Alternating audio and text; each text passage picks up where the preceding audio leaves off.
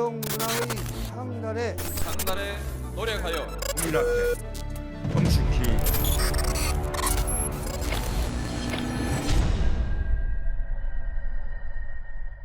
네 반갑습니다. 정치비와 그땐 왜 26번째 시간 시작하도록 하겠습니다. 감사합니다. 네. 자 세상이 순탄하지 않습니다. 나 멧돼지가 출몰할 줄이야. 백주 대낮에 불안합니다. 예. 12월 3일 이후로 저는 불안한 적이 없었거든요. 그날만 그랬고 불안해요 이제.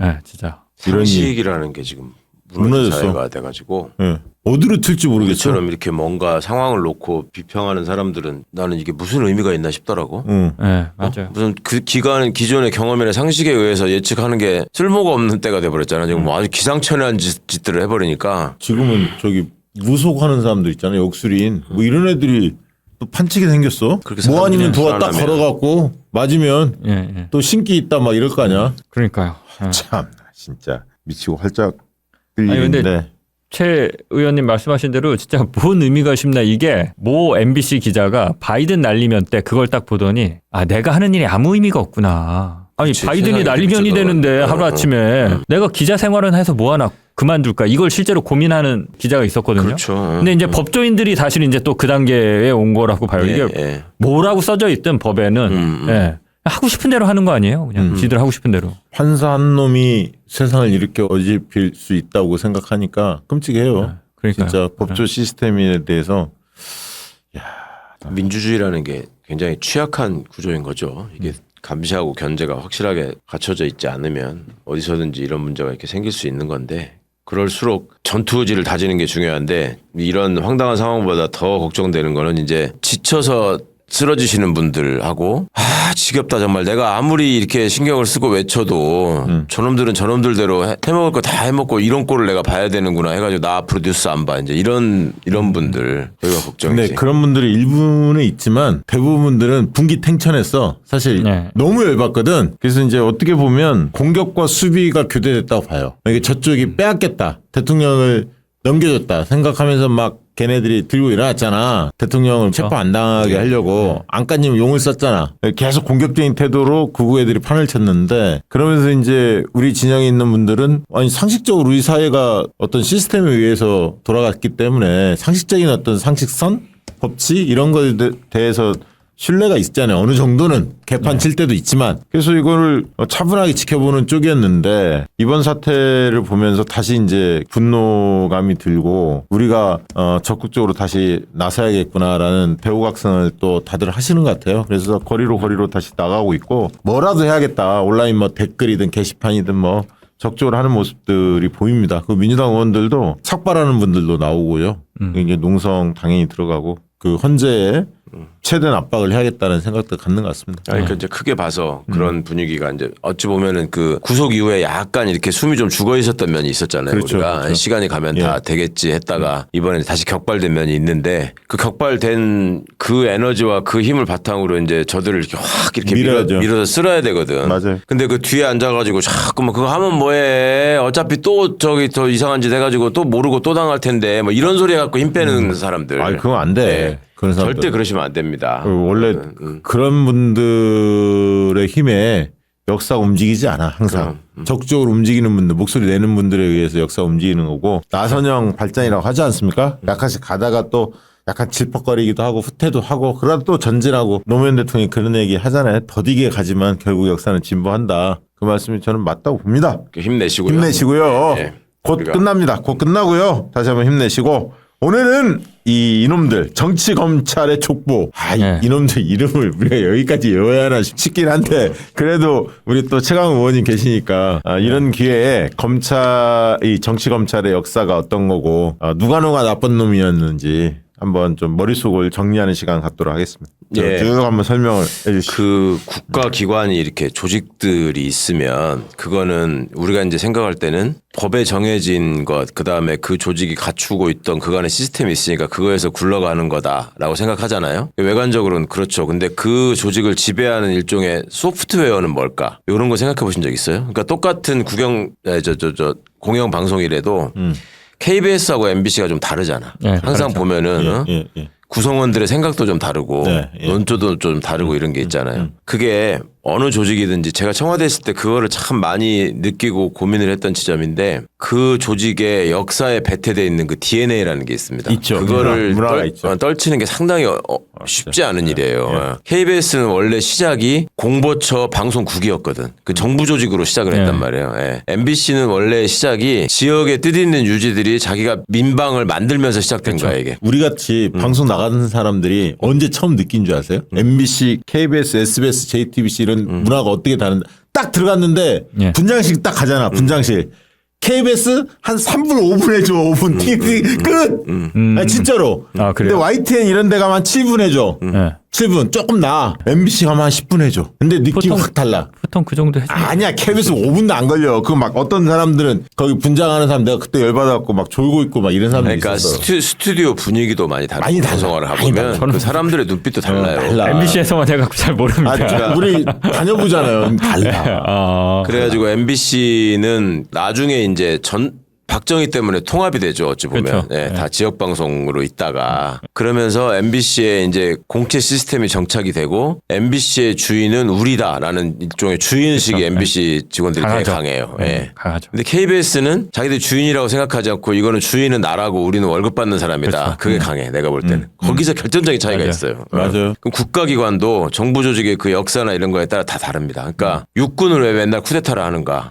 그 쿠데타 하던 놈들이 있으니까 하는 거예요. 그리고 예전에도 일본 육군이 또 쿠데타하는 군대였단 말이야. 그 DNA를 물려받아서 일본군 놈들이 육군에 와가지고 있었으니까 그 짓거리를 하는 거예요. 근데 해군은 그러면 왜 안 하는가? 그냥 생각하기에는 해군은 뭐 탱크도 없고 저기 상륙부대도 없으니까 해병대랑 같이 하지 않느냐 못하는 거 아니야 이렇게만 생각을 할 텐데 쿠데타 할 생각을 아예 안 하는 조직과 그런 생각을 하는 조직과의 차이가 있는 거예요. 문화가. 문화 자체가. 그러니까 옛날에는 지금은 어떨지 모르겠는데 우리 때만 하더라도 육사에 가가지고 육사는 시험을 미리 보잖아요. 미리 보고 나중에 학력고사 봐가지고 그 점수 또 합산해가지고 합격자를 발표하거든. 지네끼리 국영수 시험 먼저 보고 체력 검사하고 그다음에 학력고사 보고 이렇게 하거든요. 그럼 면접을 하는데 왜 육사를 지망했냐고 했을 때 대통령 되려고 지망했다. 아, 맞아요. 제 친구 놈도 육사 간 놈이 있는데 고등학교 때 혁명 한번 해야지. 그런 식의. 그런 일이 꽤 있었어요. 아니 최소한 대통령까지는 아니어도 저 어렸을 때 보면 늘 했던 얘기가 대한민국에선 출세하려면 장차관 하려면 장관 하려면 육사 가야 돼. 그렇지. 저 80년대까지만 해도 그게 공식이었잖아 공식. 그럼 개각을 하면 한 적어도 3분의 1에서 반 정도는 육사 나오는 애들이 그래, 뭘 육사니까. 했으니까. 그 당시만 해도 그 5.16에 대해서 그런 혁명이라고 했고 그렇게 배웠으니까 네. 판단을 못 하는 거예요. 그게 얼마나 나쁜 짓인지에 대해. 그러니까 그 어떤 육군과 해군도 그런 족보의 차이가 있다고. 해군이 사실 우리나라에서 맨 처음에 창설되거든요. 날짜로 따져보면. 그게 이제 해군이 초대 참모총장이 손원일 제독이라고 유명한 예, 분이 맞아요. 있잖아요. 그분은 아버님이 독립운동가였고 손원일 제독이 해군 참모총장이 되면서 일본 해군이 셌으니까 네, 일본 네. 군대는 원래 육군하고 해군이 라이벌이에요. 예, 전통적으로. 예. 근데 일본 해군 출신들이 있었을 거 아니에요. 그걸 다 배제시켰다고.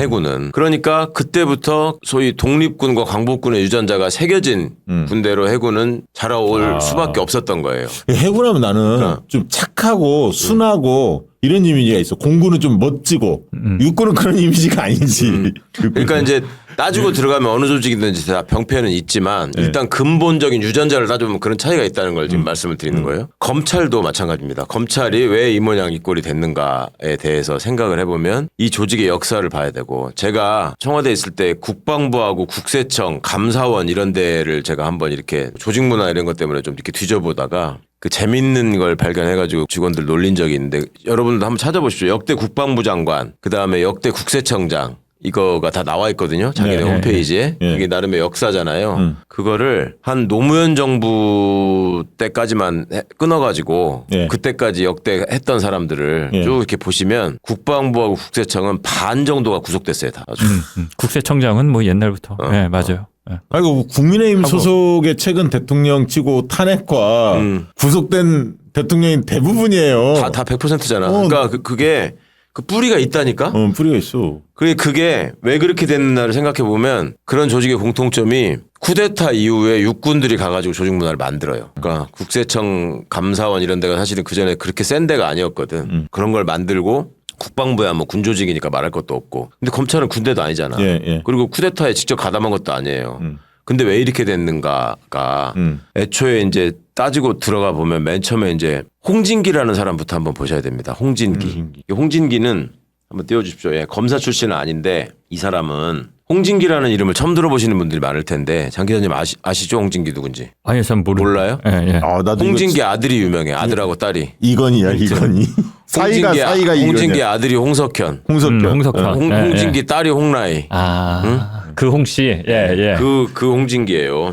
그 중앙일보 사장도 하고 그랬어요. 근데 이 사람이 원래 일제 강점기에 일본 고시에 붙은 사람이야. 홍진기가. 그래가지고 판사를 했었단 말이에요. 네네. 그런데 그때 한국 사람으로서 일본 고시에 그때 고등문관 시험이라 그랬죠. 그거 붙은 사람이 극소수였을 거 아니에요. 그건 100% 친일파지. 그렇지. 친일파라고 봐야죠. 반민족 행위. 근데 그때 이제 새 정부가 이제 우리가 광복을 한 이후에 이제 1공화국이 출범을 하잖아요. 네. 그러면 판사나 검사를 누구를 시켜야 될 거 아니에요. 국가니까. 네. 그러면 그 자원이 있어야 될 거 아닙니까? 그렇지. 기본적인 게 변호사 자격을 갖고 있는 사람이어야 되잖아요. 근데 일제 강점기에 변호사 자격을 가진 조선 사람이 한국 사람이 몇 명이나 있었겠냐고. 그럼 그 사람들로 다 채울 수가 없잖아요, 저거를. 그렇죠. 그러면 이제 급하게 어디선가 구해가지고 메꿨어야 될 거 아닙니까? 그럼 대부분의 사람들이 법원, 검찰, 서기였던 사람들이 판사가 되고 검사가 된다고. 그냥 친일파 그대로 뭐. 그러니까 일본 놈 밑에서 네, 배웠던 사무 보조를 하던 사람들이 가서 하는 거예요. 그렇지. 그리고 또 1948년 8월 15일 날 정부가 출범을 한다라고 네. 했을 때 그때 적용해야 될 법률들이 있을 거 아닙니까? 네. 그런데 대한민국 국회는 제1대 국회는 재헌절이 1948년 7월 17일 아니에요. 그리고 50 뭐 단독 선거 뭐 이런 네, 소리 하잖아요. 네. 그러면 그 사이에 그 법을 다 만들었을까요? 정부가 움직이고 국가가 운영되는데 필요한 법률들이 많잖아. 법전만 해도 막 얇은 종이에서 이만큼씩 되잖아. 네. 그걸 다 만들었겠냐고 그 몇 달 사이에. 못 만들었을 거 아니야. 네. 45년부터 치더라도 뭐 기구가 없어가지고도 못 만들어요 그거를. 그럼 어떻게 했겠어? 베끼는 거죠. 일본 거 기존에 적용되던 네. 일본 법을 베끼는 것도 아니고 그 법을 그냥 적용한다. 그걸 의용 법률 체계라고 합니다. 그걸 의용. 갖다가 이렇게 해놓은 게 아니라 그 준용한다, 의용한다 네, 이렇게 갖다 베낀 것도 아니고 그냥 그렇게 써놓는다는 거죠. 네, 민법도 법에다. 일본 민법을 그냥 적용하고 형사소송법도 일본 형사소송법을 그냥 적용하고 이렇게 10년이 넘게 가요. 그래서 그게 본격적으로 제정되고 하는 게 50년대 후반 60년대가 돼야지 우리나라 법이 적용이 되는 겁니다. 네. 그 전까지는 계속 일본 걸로 하는 거예요. 그러면 봐봐. 법도 일본 법이지. 그러면 일제 때 판사 검사 혹은 그 밑에 있었던 사람들이 법조를 채우잖아요.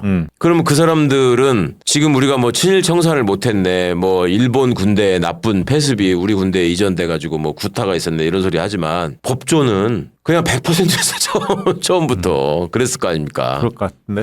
독립운동 하던 분들 중에 판사 검사 할 만한 사람이 몇 명이나 있었겠어요. 그렇죠. 군인은 광복군이라도 있었지. 네. 안타까운 현실이네. 어, 강점기 이후에 바로 해방이 되다 보니까 네. 맞아요. 그러니까 이런 걸 생각해 보시면 근데 거기다가 또 이게 또 하나하나가 막강한 권한을 또 손에 쥐게 되잖아요. 그러면 그때 그 사람들은 무슨 생각을 할까요? 그러니까 친일파들이 경찰에 예를 들어 있었거나 군대에 있었거나 정치를 했거나 그러면 눈치라도 봐야 되지. 내가 옛날에 친일파였는데 그렇죠. 행여나 사람들이 이거 가지고 나를 다시 공격해가지고 저기 하지 않을까라고. 선거제도가 있으면 또 그럴 수 있죠. 긴장하지. 이제 그런 의식을 하고 긴장을 하고 사실 손가락질이라도 받았을 거 아니에요. 근데 판사 검사는 누가 아냐고 숫자도 많지도 않아. 그렇죠? 그러니까 예전에 검찰 서기를 하다가 검사가 된 대표적인 사람이 이회창 아버지예요. 이회창. 이회창 씨 아버지가 검사 출신이라고 하는데 그 사람이 원래 일제 때 검찰 서기였어. 야 서기가. 야. 그러니까 저 때는 변호사 임용 시험이라고 해가지고 급하게 막 시험을 해가지고 많이 이렇게 배출을 합니다. 배출해가지고 하는데 일제 때 저 서기였던 사람들은 뭐 시험을 막 면제해주고 이런 식으로 해가지고 쉽게 다 됐어요. 이제 그런 사람들이 이 주축을 형성해가지고 법조의 문화를 만드는 거예요, 말하자면. 응? 그러면 그때 이제 한국의 과거제도라는 전통이 있고 그 다음에 신분사회 체제였고 우리가 민주주의를 직접 경험해가지고 우리가 주권자로서 왕을 쫓아낸 게 아니라 그냥 나라가 망하는 바람에 그렇죠. 우리가 이제 민국을 세운 거잖아요. 근데 아니, 사람들의 의식에는 여전히 이게 왕조 국가의 이미지가 정부나 국가는 그것만 남아 있는 거야. 그렇잖아. 임시정부는 바깥에 밖에 있었고. 그러니까 대놓고 국부라고 했으니까요. 그렇지. 대통령이. 예. 임시정부의 저 주요 활동했던 요원들을 이렇게 적극적으로 기용을 했어야 하는데 그러지도 않았잖아요. 그렇지도 못하고. 그러니까 이승만이가 대통령이 돼서 자기가 전주희 씨라는 걸 되게 강조했단 말이야. 이게 이제 조선 지금 왕조. 왕이라 이거지. 왕족이라 이거지. 그리고 고종의 아들들이 있었잖아요. 영친왕, 의친왕, 뭐 덕혜옹주 이런 사람들을 귀국을 못하게 막았다고요. 그렇지.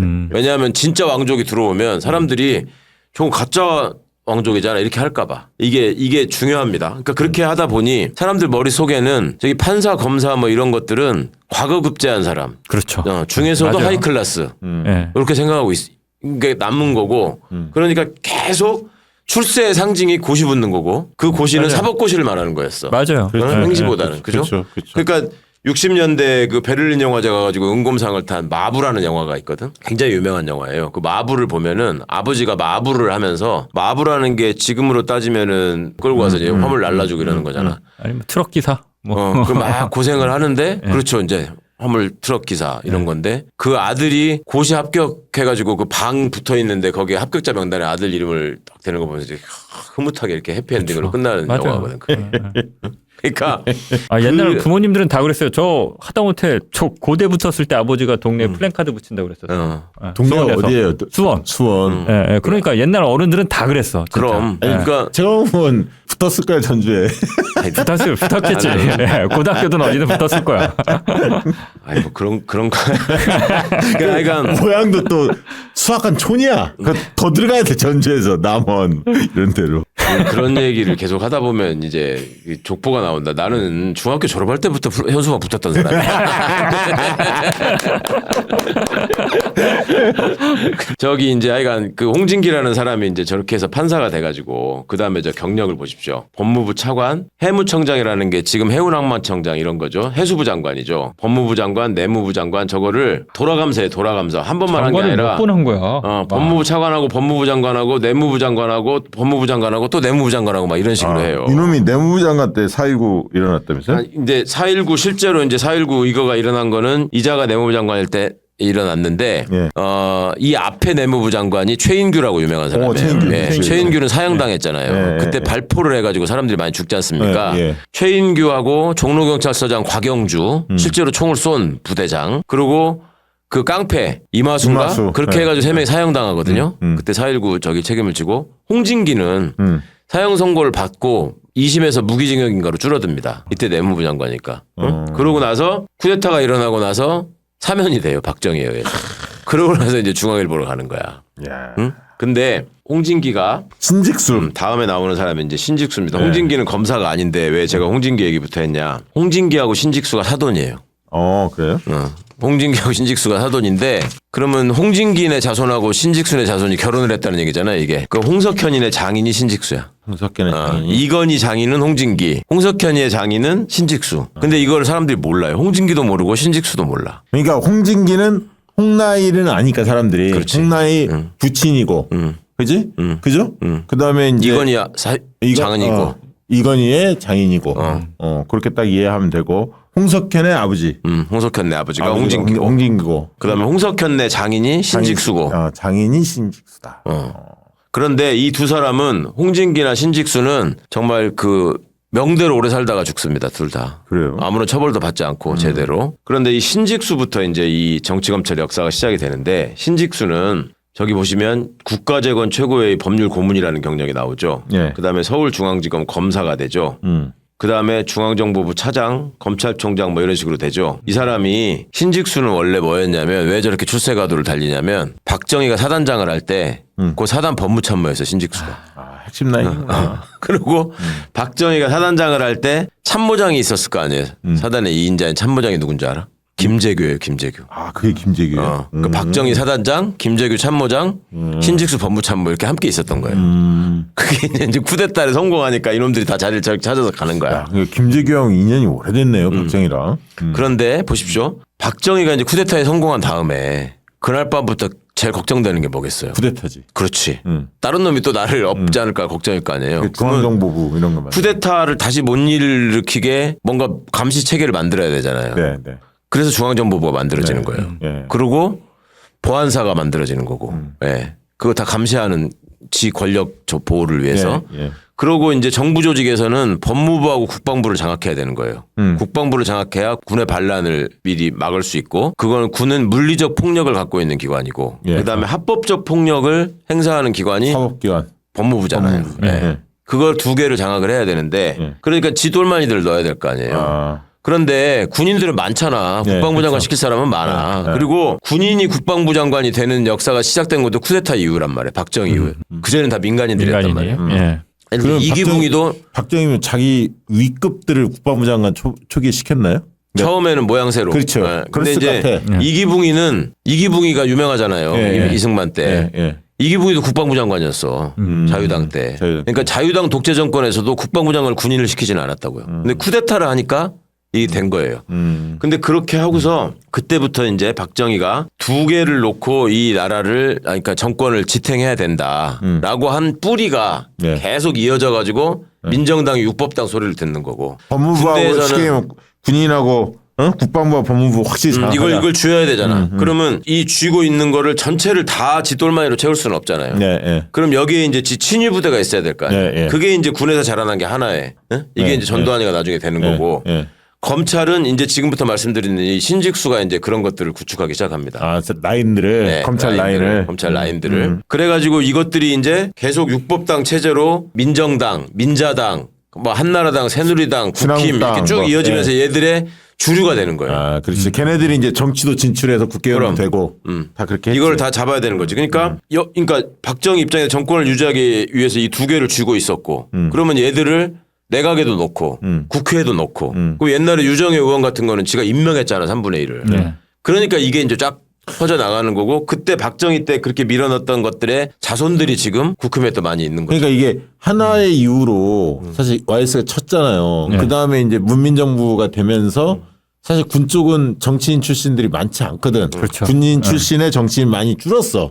근데 이 검사 라인은 더 많아졌어. 그럼 그게 왜 사실은. 그러냐면 법률가의 외피를 쓰고 있잖아. 그러니까 군인은 사람들이 일단 군사 독재 이렇게 얘기를 했기 때문에 그리고 약간 군인은 민주화가 된 다음에는 군인에 대한 반감이 있어. 상감이 있지. 그리고 약간 머리가 좀 무식하다는 이미지도 있고. 그치, 깡만 있고 돌쇠 이미지가 있거든. 근데 우리는 옛날부터 이제 법률가들에 대해서는 저 고시 합격한 엘리트 그렇지, 뭐 그렇지. 이런 식으로 막 이렇게 존중하는 예, 그 예. 문화가 있었단 문화 말이에요. 있었죠. 그러니까 민주화가 진행되면 진행될수록 법조인들이 차지하는 영역이 넓어지는 거예요. 넓어졌고 두 번째 이유는 뭐냐면 최근에 보면 법조인들이 너무 많아. 변호사들이 자기 밥벌이 하기도 쉽지 않아. 그래서 정치로 또 뛰어드는 사람도 꽤 많아. 현실적으로 보면 지금은 또. 그렇죠. 그러니까 이제 과거에 그런 환상에 기대가지고 지금도 변호사라고 하면 먹어주니까 네. 그렇게 해서 하는 건데, 자 신직수를 그러니까 이제 박정희 입장에서 아까 다시 얘기로 돌아가면 군대는 자기가 군인 출신이니까 장악할 수가 있는데 법조는 좀 어렵잖아. 아는 네. 사람이 많지 않았을 거 아니에요. 네. 그러니까 신직수가 자기 법무차파였던 신직수가 코어가 될 수밖에 없지.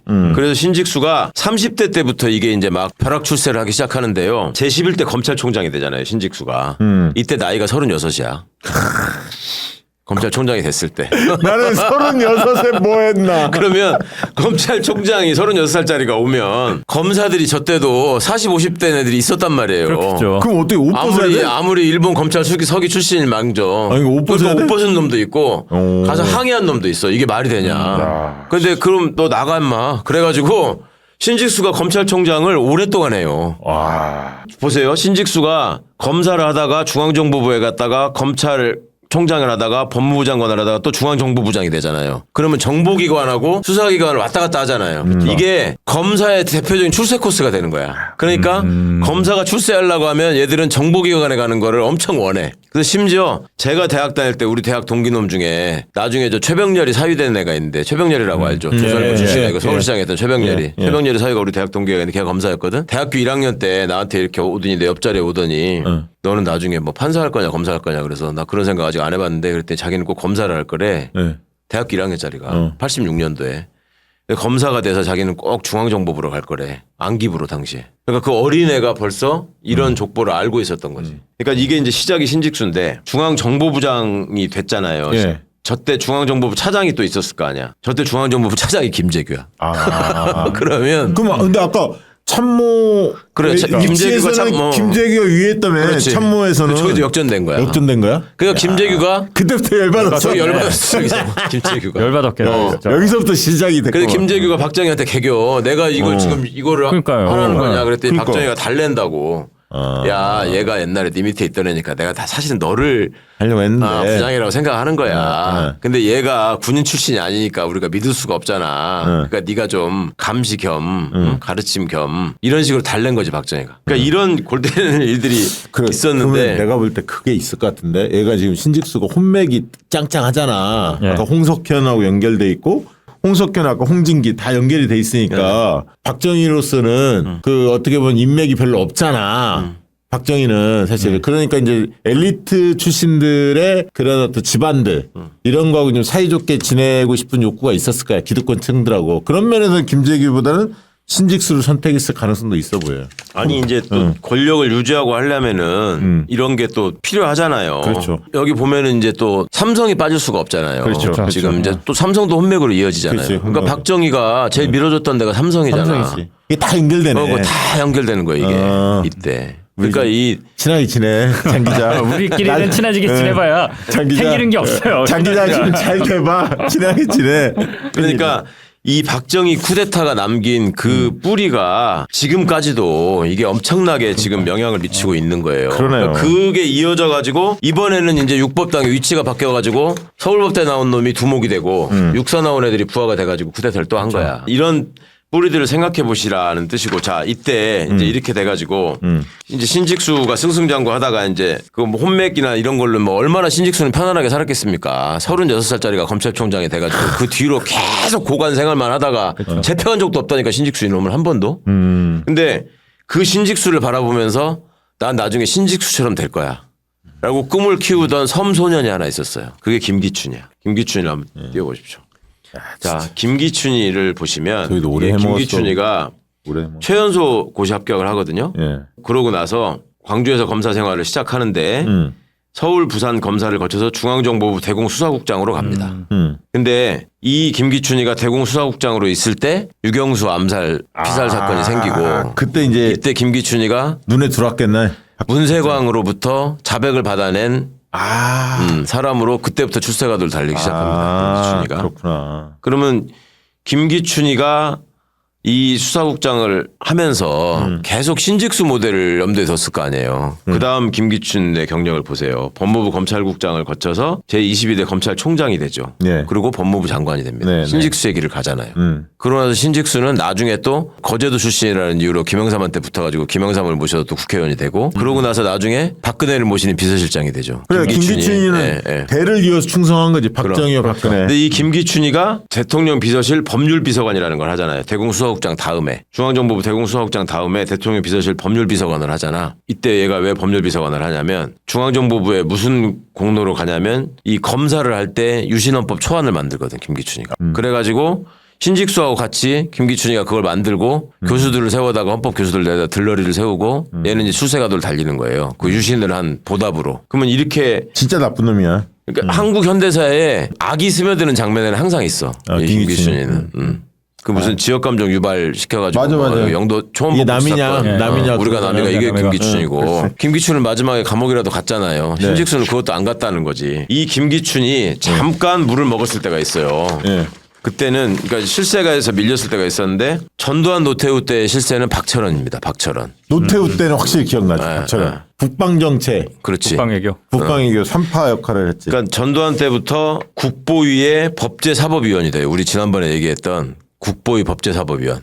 이게 왜 이렇게 됐냐면 노태우 마누라 김옥수하고 둘이 고종사청가냐 박철원이가. 그러니까 국보위에 갔다가 그다음에 대통령 정무비서관, 법무비서관을 하잖아요. 그리고 서울지검 특수부장으로 가잖아요. 그리고 또 보십시오. 박철원 경력을 보면 역시 안기부로 갑니다 또. 어쩌면 이렇게 정해놓고 해도 저기 할 정도로 이렇게 가. 자료를 찾아보다 제가 깜짝 놀란 게 박철원이 현정화 탁구 선수 있잖아요. 사촌 형부래. 그것도 특이하더라고. 근데 박철원이 사실은 잘 나가다가 말년이 좀 좋지는 않았어요. 안 좋았죠. 예. 그러니까 박철원이 이제 전두환 노태우 몰락과 함께 몰락을 하는데 너무 설쳤어. 그때 이제 완전 황태자. 상태다 2인자였거든. 노태우 정권 때 2인자.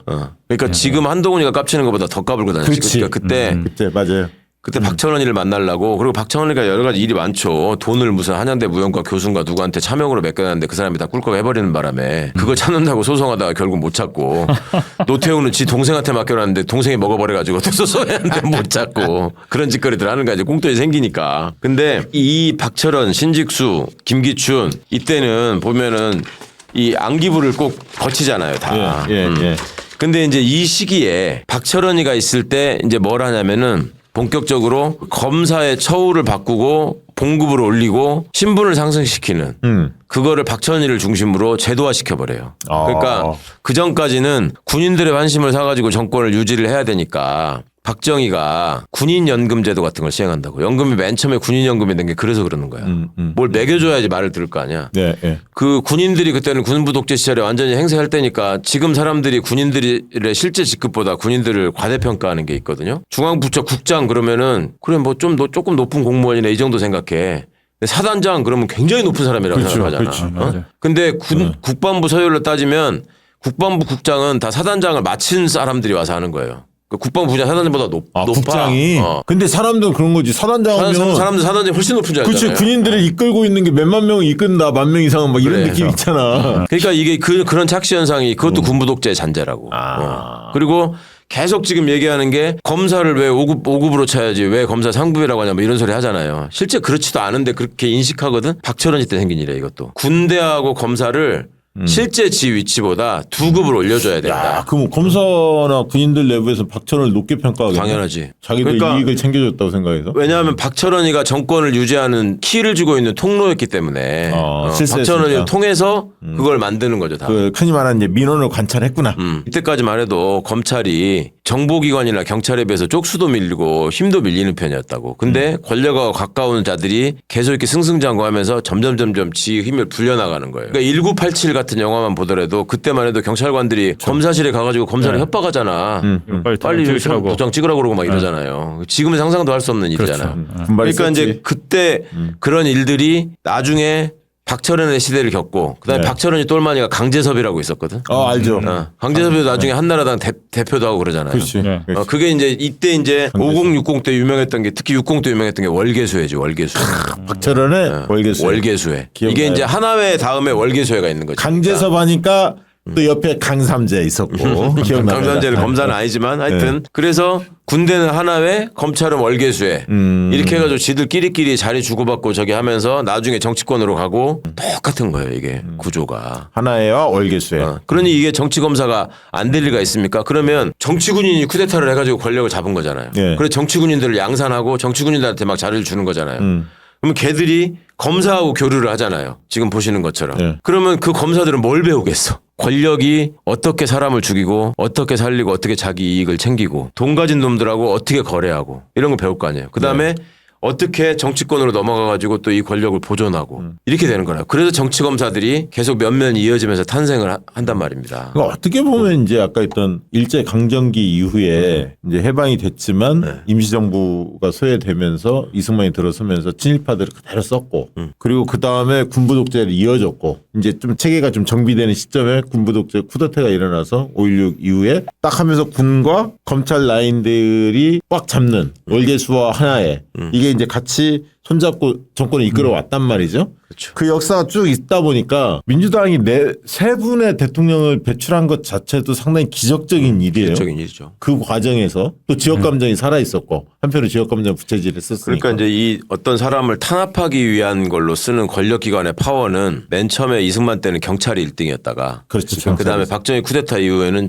중앙정보부가 중앙정보부 1등이었다가 그렇지. 전두환 때는 군이 1등이었다가 그다음에 이제 김영삼 때가 돼가지고 하나회 숙청하고 뭐 이렇게 하니까 그때부터 검사가 1등이 되는 겁니다. 그리고 하나가 빠지니까. 그러니까 그 숙청을 하는 과정에서 이제 검사가 전두환 노태우를 구속하잖아요. 중앙정보부가 몰락하고 군대가 1등이 된 전두환 시대는 전두환이가 보안사령관으로서 김재규를 구속하고 사형시켰잖아. 그러니까 1등으로 올라가는 거예요. 그 다음에 박철원이 뭐 전두환 노태우가 이렇게 저기 하던 거를 김영삼 때 이게 쫙 몰아내고 전두환 노태우가 어쨌거나 나중에 구속이 되잖아요. 예, 예. 그러면서 검찰이 본격적으로 1등이 되는 거라고. 근데 그 와중에 이제 장윤석이라는 인간이 등장을 하는데 여기는 국회의원으로서는 알아요, 장윤석. 그러니까 저도 이게 정치인으로 검사였을 때 장윤석이가 뭐 했는지를 사람들이 의외로 모르셔가지고 예, 예. 제가 여기 장윤석은 사실 이 급은 안 되는데 이게 넣었는데 장윤석은 뭐 사감이 있는 건 아니죠. 이 경상북도 영주 출신인데 예. 아니 장윤석의 전 사위를 내가 잘 알지. 이게 뭔가 사감이 있어 지금.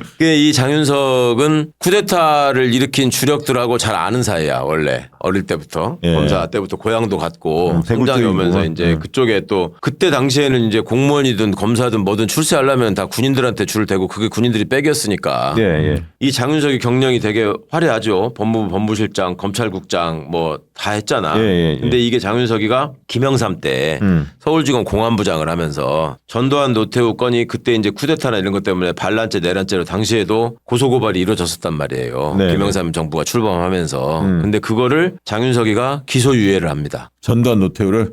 전두환 노태우를. 우리는 지금 전두환 노태우가 나중에 결국 구속되고 뭐 그것만 사형 선고도 알지. 받았다 이것만 기억하지만 그게 처음이 아니에요. 원래는 검찰에 사건이 있었고 그거를 검찰이 기소유예로 봐주고 말아먹었다니까. 그때 주인검사 장윤석이야. 기자들이 가서 물어요. 이거 어떻게 이런 거를 기소유예를 할 수가 있냐. 김영삼이 군사 독재를 끝내고 이제 문민정부가 출범했다고 얘기했잖아. 예, 예. 취임식 때부터. 예, 예. 그러니까 사람들이 막 고발하고 해가지고 사건이 됐는데 이걸 왜 기소유예를 하냐 하니까 성공한 쿠데타는 처벌할 수 없다라는 말을 남기는 거죠. 이 말을 알았는데 이걸 장윤석이 했구나.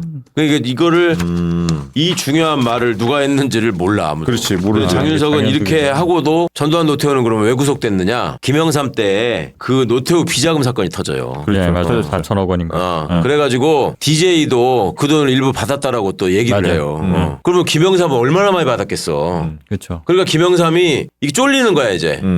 소위 말하는 그 민자당의 민정계 반격이잖아 그게. 예. 너 새끼야 돈 먹었잖아 이렇게 이게 나오는 이제 거니까. 동거 체제였거든. 그렇죠. 그때 이제 민자당 내에 전두환 계열의 민정계가 있었고, 그다음에 김영삼 계의 민주계, 민주계가, 그다음에 이제 공화당, 김종필계. 공화당, 김종필계 이게 섞여 있었는데 그게 3당 합당이잖아요. 그래서 3당 합당이. 자 그렇게 해서 이제 민정계가 좀 반격을 하니까 김영삼이 이걸 죽여야 되잖아. 5.18 처벌 특별법을 만들려고 그렇지, 지시를 특별, 하는 거야. 맞아. 그래가지고 전두환 노태우를 구속하게 되는 겁니다. 맞아. 이게 이게 처음에는 이제 비자금에 터졌군요. 자기도 연루될 것을 걱정해서 그렇지. 김영삼이 그걸 덮어야 되니까 5.18 특별법. 더 센 걸로 해서 특별법을 제정해가지고 얘들의 이것도 진압하면서 지사권도 없애고 이걸로 전두환 노태우를 구속하는 거예요. 김영삼. 김영삼이 그럴 때는 머리가 좀 돌아갔네. 자, 그 권력 유지 측면에서는 권력을 유지하는 측면에서는 그 최대한 김영삼은 자기 권력을 활용하는 거지. 정치인 출신이니까. 근데 무식하긴 하지만 그런 점에 대해서는 감각이 아주 발달된 사람이에요. 그럼요. 강하게 있어. 예, 20대 언론- 때부터 정치권에서 언론의 일을 한 주목을 사람인데. 받는 능력은 아주 탁월하죠. 예. 근데 이 장윤석이가 김대중 정부 때도 계속 자리를 지키면서 승승장구해요. 그러다가 날개가 꺾이는 게 노무현 정부가 출범하고 강금실 장관이 법무부 장관이 되면서 그때 못 벗어요? 그때 비로소 장윤석이를 한직으로 좌천을 시킵니다. 고검 차장으로. 그러면 정치인으로서는 그 뒤구나. 그러고 나니까 장윤석이가 그때 지금 검사들이 정치 검사들이 많이 하는 수법 있잖아요. 내부망 게시판에다가 글을 올리고 언론에다가 그걸 흘리고 그러면서 그러면서 뭐 그거잖아. 예. 그러면서 사표를 내고 나와요 장윤석이가. 존재가. 그러면서 영주에 가가지고 국회의원이 되고 이게 이제 법사위원장이 되고 삼선을 한 다음에 나중에 이제 사라지게 되는데 지금은 이제 어디로 없어졌죠. 그러니까 이런 사람들이 이렇게 다 해먹고 멀쩡하게 또 있고 예. 사람들이 장윤석이가 그 쿠데타를 그냥 죄가 없다고 그러니까 성공한 처벌하면 안 쿠데타는 된다고 했던 그 검사라는 것도 모르고 모르지. 그러니까 윤석열이가 그 얘기를 하고 다니는 거야. 1년만 지나면 다 잊어버린다. 이게 중요한 얘기네. 무슨 양심이나 무슨 정의가 애들한테는 필요가 없는 거예요. 이 카르텔이라고 하는 거는 이미 이승만 때부터 이렇게 주고받고 하면서 다 짜여져 왔고 그러면 권력을 가진 군 또 혹은 검찰 그다음에 재계 이게 혼맥이나 여러 가지 인연으로 당연히 똘똘 뭉쳐있을 수밖에 없고 이것들이 지금 내란 세력이 된 거예요 지금. 그러니까 이걸 진압하는 게 이렇게 힘든 거야 우리가.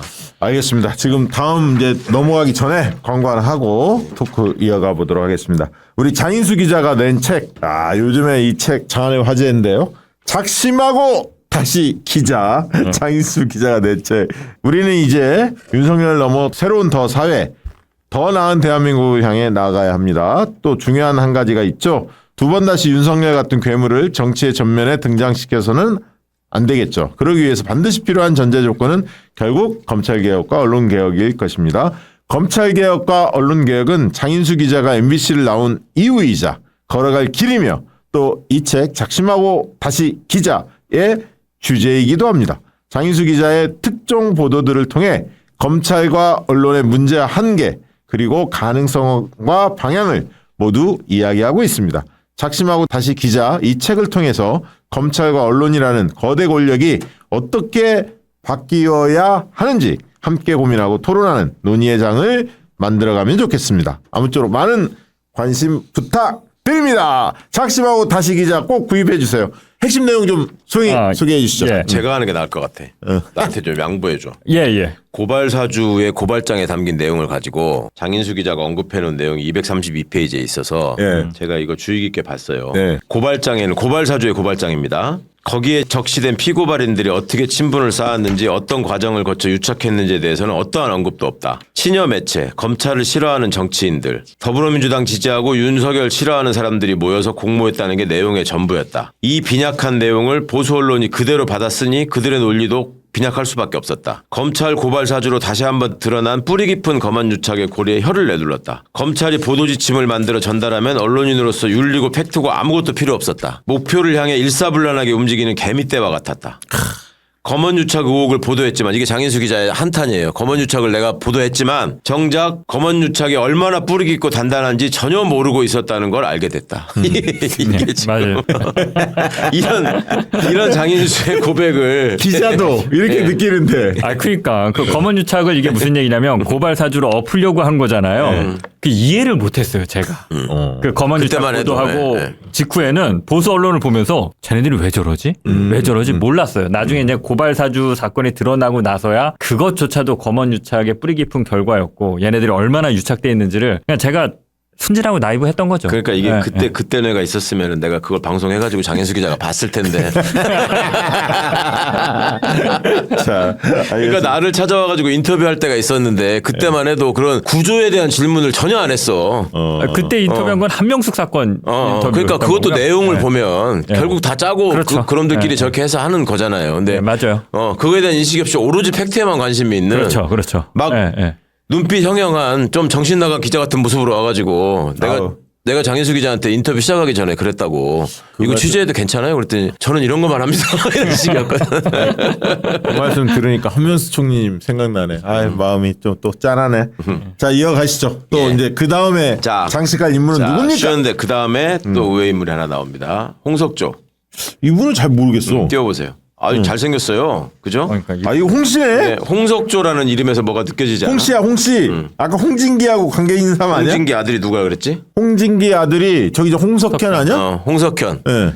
홍석현 바로 밑에 동생이 홍석조야. 홍석현 동생. 근데 홍석조를 또 아무도 몰라요. 조용히 이게 지내는 내가 거야? 진짜 황당한 일이야. 조용히 지냈어, 이 사람은? 홍석조는 안 조용히 지냈어. 검찰에서 예. 김기춘 못지않게 승승장구해. 장윤성 못지않게 오. 요직을 쫙 거쳐서 봐봐요. 검찰국장도 하고 저 기획관리실장도 하고 서울고검장도 하고 그러네요. 법무부 검찰과장도 했고 네, 요직을 다 이 요직을 거쳤네. 다 겪어서 올라갑니다. 이 홍석조는 시무정의 같은 경력을 해서 올라가지. 이 기획통으로서 갈 수 있는 최고의 자리들을 다 거쳐서 예. 서울고검장까지 되는데 시험도 일찍 붙었고. 근데 야.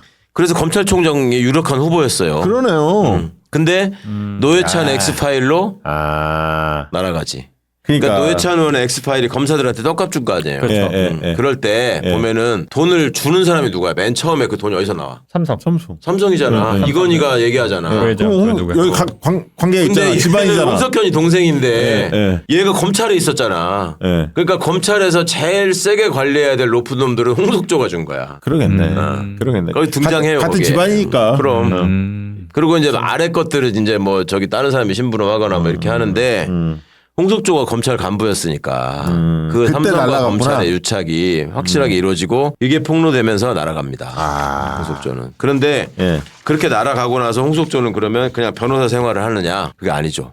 홍석조는 CU 편의점 있죠. CU. 네, 그게 보강 그룹이잖아요. 그 전에 패밀리마트였잖아. CU가. 보강하면 조선일보와 관계 있는 거 아니야? 응? 보강? 보강 중앙일보요. 중앙일보. 홍석조가 회장이에요. 홍석조. 아, 그렇다. 중앙일보구나. 홍석조가 CU를 관리하는 그 보강 그룹의 회장이야. 지금? 검사 관둔 뒤부터. CU. 잘 나가는구나. CU. 봐봐. 예. 진짜. 홍석조는 좀 나중에 이제 검사 생활을 하잖아요. 그러니까 얘는 홍석조는 정보기관에 안 가잖아. 그러니까 이미 홍석조 때는 이제 검찰이 1등이 된 거야. 굳이 거기 갔다 오지 않아도 네. 검찰 내에서 그렇죠. 그 경력만 갖고도 충분하다는 충분히. 거죠. 그리고 이거는 재벌하고 이미 연결이 돼 있기 그렇죠. 때문에 딱 끝나고 재벌로 넘어가죠. 그러니까 검사들이 재벌과 사위들이 좀 많아요. 그래서 맞아요. 재벌 사위들이 재벌 그룹을 물려받은 경우가 또 있어. 그 대표적인 게 동양그룹이야. 오리온 있었던 동양그룹. 아니 그렇게 설명하니까 아까 처음에 이승만은 경찰, 박정희는 중앙정보부, 전두환은 군인 하나에 YS 하나의 척결 이후에 검사가 먹었다고 했는데 검사들 월계수에 뭐 이런 쪽이 먹었다고 했는데 한편으로 생각해 보니까 그 뒤에 이제 군이 몰락했잖아. 하나회가 숙청되면서 그러면서 재벌 쪽의 힘이 올라왔네. 당연하죠. 그래서 이제 노무현 대통령 당연하죠. 노무현 대통령 됐을 때 그 얘기 했잖아. 이미 권력이 시장으로 넘어갔다. 그 얘기 했잖아. 그러니까 이제 검사 측과 재벌 측이 또 그렇죠. 이때 만나는구나. 그럼 권력이라는 게 있고 이거를 채우는 누가 제일 많이 채우느냐의 싸움을 계속 했던 거잖아요. 그렇죠. 공백이 생기면 누군가가 채우는 거잖아. 그러네. 그게 이제 얘기한 것처럼 민주화가 진행되니까 과거에는 뭡니까? 과거 독재 시절에는 정경유착, 그 다음에 야당 탄압 이런 예. 거잖아요. 예. 그걸 고리로 해야 되니까 국방부하고 법무부를 장악했어야 되는 거 아니야. 직할했어야 되는 거 아니야. 그거는 야당 탄압용과 권력 보유용으로 유용한 거고 정경유착을 통해서 돈을 마련하는 거 아니에요. 예. 이때는 군사독재 정권 시절에는 기업이 저 밑에 있었어요. 그럼 불려가면 한 대 맞고 그렇지. 돈이나 갖다 바치고 맞아. 그랬어요. 이러는 존재였다고. 그래서 실제로 그 시절에 그러니까 전두환 노태우 때까지 고위 관료를 했던 집의 아들들은 지금도 재벌을 좀 우습게 알아요. 저것들 옛날에 우리 집 와가지고 문 열어달라고 사장하면서 명절 때마다 그거 특혜 받아서 큰 거 아니야 다. 울고 서 그렇지. 있었던 것들인데 그 조선일보도 굉장히 우습게 알아. 조선일보도 저것들 옛날에 전두환이 때부터 뭐 던져주는 거 먹고 큰 거 아니야. 조선일보가 원래는 동아일보가 1등이었는데 맞아요. 그러니까 조선일보도 되게 우습게 알고 그 외 저기 조선일보 외 계열의 코리아나 호텔 코리아나 호텔이죠. 그놈이 왜 지 와이프를 지하실에 감금해놓고 맞아요. 뭐 하다가 그분이 결국 돌아가셨잖아요. 그때 그 문제를 폭로한 사람이 그 형부였잖아. 예. 김영수 박사라는 분이 맞아요. 와가지고 막 예. 기자회견하고 그렇게 하셨잖아요. 아니 그분인들 겁이 안 나게 해서 상대가 지금 조선일보하고 싸워야 되고 검찰이 뒷배라는 걸 알고 싸워야 되는 거잖아. 근데 그분 보면은 너무나 해맑게 싸우거든. 그러니까 외국에 있다 와서 그런 줄 아는데 그분이 아버지가 옛날에 박정희 때 부총리를 했던 김학렬 씨예요. 경제부총리를 했던. 포항제철 짓고 뭐 어쩌고 할 적에. 그러니까 그 양반 입장에서 볼 때는 조선일보나 재벌이나 이런 것들은 이제 발밑에 있던 것들이야. 옛날에 내가 어릴 때 우리 아버지 한번 만나려고 문 앞에 선물 들고 와서 금덩어리 들고 와서 울고 있던 놈들인데. 코리아나 호텔이 현금이 많았거든. 그래서 조선일보 관련해서 비자금을 그쪽에서 하는 거 아니야라는 의혹들이 꽤 많았었죠. 당시에. 그러니까 이제 지금 박시영 대표가 지적한 것처럼 민주화의 결과로 열매를 따먹은 놈들이 검찰하고 재벌이 대표적이고. 그러네. 재벌이네. 언론이 또 바로 하고. 그러네. 언론이 독재 때만 하더라도 힘도 언론 없었네. 통폐합 시켜버리고. 그러네요. 보도지침 맨날 내리고. 언론에 의미가 없었잖아요. 이게 민주화가 돼서 그런 나쁜 권력들이 몰아가니까 이 카르텔이 생겨가지고 이제 이걸 먹은 거예요. 그러네. 이게 지금 내란의 주요 세력이 되는 거고. 그러네. 네. 와. 그러니까 언론이 이런 개판 보도를 하는 거고. 이 족벌 언론이. 자, 그러면 이제 마지막 이제 꼭지 우병우 따야 하는데 따기 전에 이 콤보차, 오가픽 콤보차 이거 한번 광고해 드리도록 하겠습니다. 예. 약초학 1호 조선행 박사가 40년 연구하여 가시오가피 열매 세계 최초 품종 특허, 열매 추출 특허로 농축 발효한 명실상부 최고의 명품 오가픽 건강음료입니다. 오가픽 콤부차의 주 원료로 사용하는 가시오가피는 명나라 본초 강목에 한 술의 황금을 얻는 것보다 낫다. 동의보감에서는 신선의 약이다. 그리고 러시아 올림픽 대표팀 경기력과 체력과 집중력 필요한 우주비행사, 특수부대 이런 사람들이 오가피를 복용했다는 사실이 뉴사이언스 학술지에 발표되기도 했습니다. 효능으로는 뭐 많습니다. 면역력 강화, 자양 강장, 만성 피로 회복, 항산화 작용, 심혈관 건강, 간 건강, 신경 안정, 스트레스 완화, 배변 활동, 장 건강에 탁월한 효과를 보이고 있습니다. 이거 근데 뿐만 아니라 갈증에서도 좋고요. 숙취에서도 좋고 다 좋아요. 아 그래요? 그러니까 숙취가 그게 댓글이 많이 올라오더라고요. 그러니까 남자들은 알아. 이거 얘기하면 먹으면. 아 그래요? 어. 제가 술을 안 먹으니까 근데 저는 만성 피로 회복이랑 예. 지난번에도 말씀드렸지만 밤에 화장실 가는 횟수가 자다가 깨서 화장실 가는 횟수가 줄었어요. 오가픽의 모든 원료는 국내산으로 농약, 방부제, 화학 첨가제는 일체 사용하지 않으며 냉동 차량, 냉동 물류 보관으로 최상의 맛과 효능의 품질을 유지한다고 합니다. 음용 방법으로 아침에 한 포, 오후에 한 포 이렇게 예.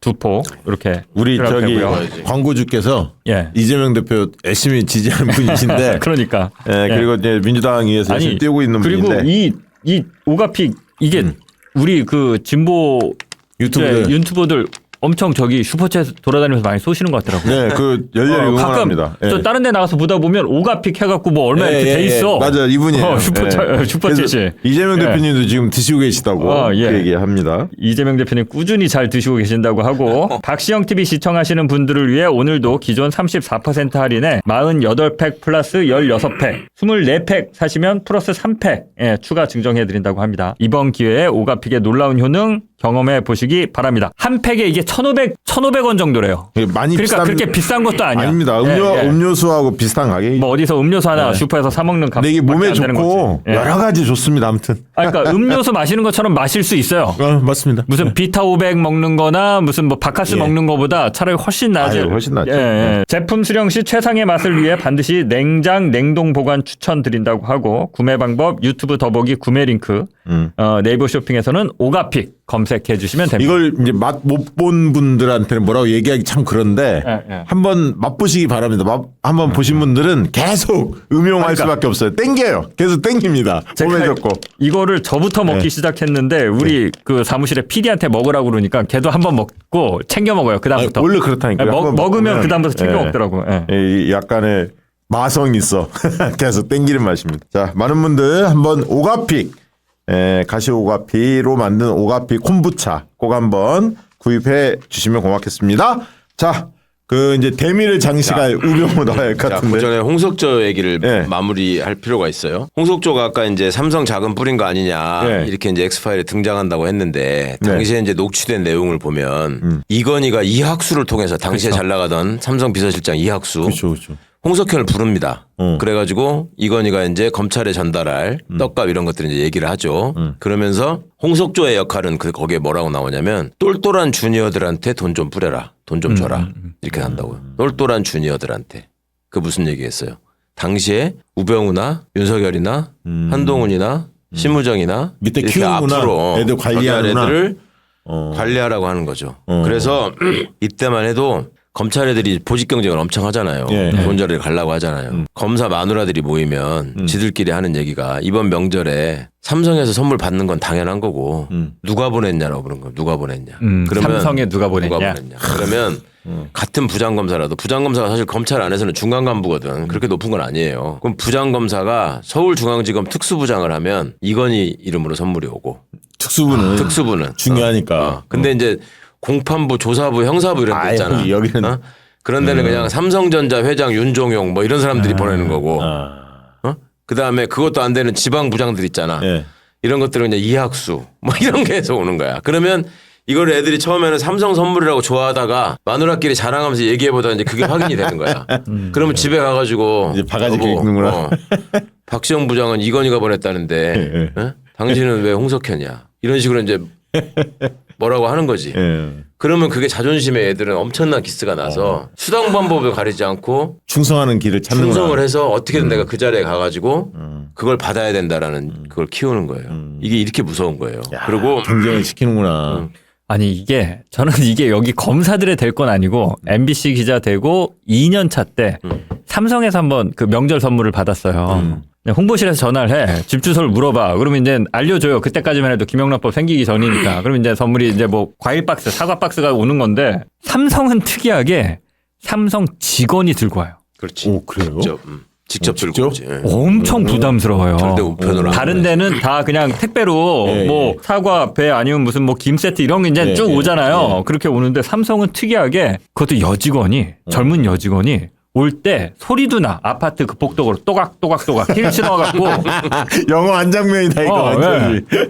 되게 부담스러워. 그리고 열고 그 이제 뭐 미리 뭐 문자나 이런 거 보낼 거 아니야. 몇 시 방문하겠습니다. 뭐 이렇게 그렇죠. 할 거 아니야. 그렇게 하고 가요. 근데 그렇게 해봐야 뭐 삼성 계열사에 어디 홍보부장 이름으로 오는 거지 저는. 근데 그것만 하더라도 그렇게 받으면 또 이 살짝 내가 뭐 된 것 같기도 하고. 그게 미묘한데. 그걸 노리는 거지 뭐. 그러니까요. 인간의 심성은. 근데 이제 될 것도 아니 여기 이제 이건희 이름으로 오고 이런 거랑 비교하면. 저기는 이제 그 위쪽에 정치부장, 보도국장 이런 애들한테는 가는 거지. 그게 같은 부장이라도 정치부장한테는 이건희께 가는 거고 똑같아. 사회부장한테는 삼성전자 회장께 가는 거고. 수 있겠네. 저는 그때 이제 2년차 기자니까. 그럼 다 그 레벨이 다 있고. 그 다음에 이 삼성 엑스파일 사건이 2005년에 터진 겁니다, 이게. 그리고 2005년이죠. 2005년에. 거기가 김용철. 아니, 그건 김용철 변호사 사건은 2007년. 2005년에 이게 이제 이상호 기자가 그때 삼성 엑스파일. 이게 홍석현하고 이학수 둘이 통화하는 내용이에요. 그렇지. 그래갖고 검사한테 떡값 뿌렸냐? 그러니까 홍석현이 어떻게 나눠줬다 하는 얘기가 쭉 나오잖아요. 누구한테 얼마 주고 누구한테 얼마 주고. 그 행위를 한 때는 김대중 정부 때고 이게 엑스파일이 터진 거는 2005년 노무현 정부 때고 그래가지고 이제 그때 막 다 검사들 부인하고 뭐 증거가 없네 이지랄하면서 결국 노회찬 의원만 의원직을 상실해요. 이게 얘네 카르텔의 힘이야. 돈 주고받은 놈들은 다 멀쩡하고 그걸 폭로한 사람이 대법원 확정 판결 의원직을 상실해서 백수가 돼요. 노회찬 의원이. 그런 점에서는 제가 백수라는 게 영광인데 그러고 나서 2007년도에 그 김용철 변호사 사건이 또 터지죠. 그래가지고 삼성을 생각한다. 라는 책이 그때 나왔었죠. 그러니까 정유규현 사장하고 같이 김용철 변호사가 기자회견을 하잖아요. 그러면서 그 검사들한테 돈 매이고 이랬던 건 다 사실이다. 자기가 법무실에 근무했잖아요. 이 사람이. 맞아요. 있으면 이 사람도 검사 출신이고. 그때 그 얘기를 했다는 걸 다 얘기를 했는데 이것도 그냥 유해해야 되고 다 그냥 넘어갔지 다. 그러니까 이때 이 검찰 간부들이라는 것들이 민주정부에서 김대중 노무현 정부에서 다 승진해가지고 요직에 가 있던 것들이 다 이런 혐의를 받는 사람들만. 그러니까 얼마나 썩은 조직인지 이 정치 검사의 뿌리가 얼마나 깊은지 우리는 정권 교체를 하면 민주정부가 되면 이런 것들이 사라지겠지라고 기대하면서 그렇죠. 민주시민들이 그렇게 열심히 투표하고 하는 거잖아요. 근데 그대로 다 있었다. 장윤석이도 그대로 있었다. 이런 것들을 우리가 앞으로 개혁을 하는 데 있어서 정말로 깊게 생각해야 되고 시간이 좀 걸리긴 할 거예요. 이걸 한 방에 다 정리는 못 할 거야. 그렇지만 이번에 심무정의를 보면서 많은 국민들이 진짜 완전히 깼잖아. 그럼. 확실히 뿌리 뽑아야겠구나 저놈들. 심무정의 장인도 준 재벌에 심무정이 있는 동아연필집 사유예요. 동아연필 있잖아요. 옛날에 문화연필 동아연필. 유명했는데. 그러고 그때 삼성이 검찰을 얼마나 하여튼 확실하게 컨트롤을 했냐면 삼성은 뭐 당연히 뭔 일 있으면 수사도 안 할 뿐만 아니라 다른 재벌들이 무슨 문제가 생기면 변호사 사무실을 찾아가서 부탁하는 게 아니라 삼성에다가 부탁을 했어. 이 사건 좀 어떻게 정리해달라. 그러면 홍석조가 검사라는 게 얼마나 거기서 중요하고 소중한 역할이었겠어. 그럼 걔네는 대관 업무가 밑에 실무자들 있죠. 상층에서 다 이루어지는 거잖아. 뭐 실무자가 의미가 없고. 네. 이런 상황을 보시면 이제 마지막으로 우병우 얘기하고 정리합시다. 네. 예, 우병우가 이제 등장합니다. 이런 것들을 보면서 자라난 또 퀴즈가 우병우지. 그러니까 우병우는 87년에 사법시험을 합격을 하고 90년부터 검사가 되는데 그때가 김기춘이가 한참 잘 나가고 있었단 말이에요. 검찰총장 거쳐서 법무부 장관하고. 네. 그러면 우병우의 롤모델은 김기춘이야. 김기춘의 롤모델이 아까 제가 신직수였다고 했듯이 김기춘 박철원이야. 그런 걸 바라보면서 꿈을 키웠던 영주 소년이에요. 영주가 배출한 인물이 또 장윤석이가 있잖아. 아까 있었지. 그러니까 무슨 짓을 해도 검사는 처벌받지도 않고 사람들한테 잊혀지고 호의호식한다라는 거를 우병우는 온몸으로 다 배운 거예요. 우병우 같은 사람을 보면서 꿈을 키우는 게 이제 한동훈이 같은 놈들이지. 그 족보가 이렇게 이어진다는 거고. 그래서 검찰개혁이라고 하는 것은 정권을 교체하고 당연히 검찰을 제자리로 돌리는 일이라는 게 기본이지만 그게 검찰개혁 법안을 시도할 때 검사들만 악을 쓰고 다닌 게 아니잖아요. 언론이 나발을 불어대고 지역에 토우라는 것들이 또 다 어디다가 뭐 글 쓰고 뭐 이렇게 다 얘기를 했다고요. 반대한다고 그렇죠. 하고. 그게 왜 그랬느냐. 이게 다 한묶음이라는 거지. 그런 카르텔에서 이거를 바깥으로 들키지 않고 지네들끼리 처벌하지 않고 안으로 이 성을 쌓아가지고 이걸 보존하는데 가장 필요한 조직이 검찰인 거예요. 그래서 그 검찰이 힘을 갖고 있어야 되는 거고 그래서 그렇게 악을 쓰고 나오는 거고. 그 윤석열 정권을 보면 대통령 자체가 이제 검찰총장 출신이다 보니까 민정이나 이런 쪽이 뭐 김지현도 꽤 뭐 인사의 전문가다 막 이렇게 알려지고는 있지만 우병우처럼 그렇게 유명하지는 않았어요.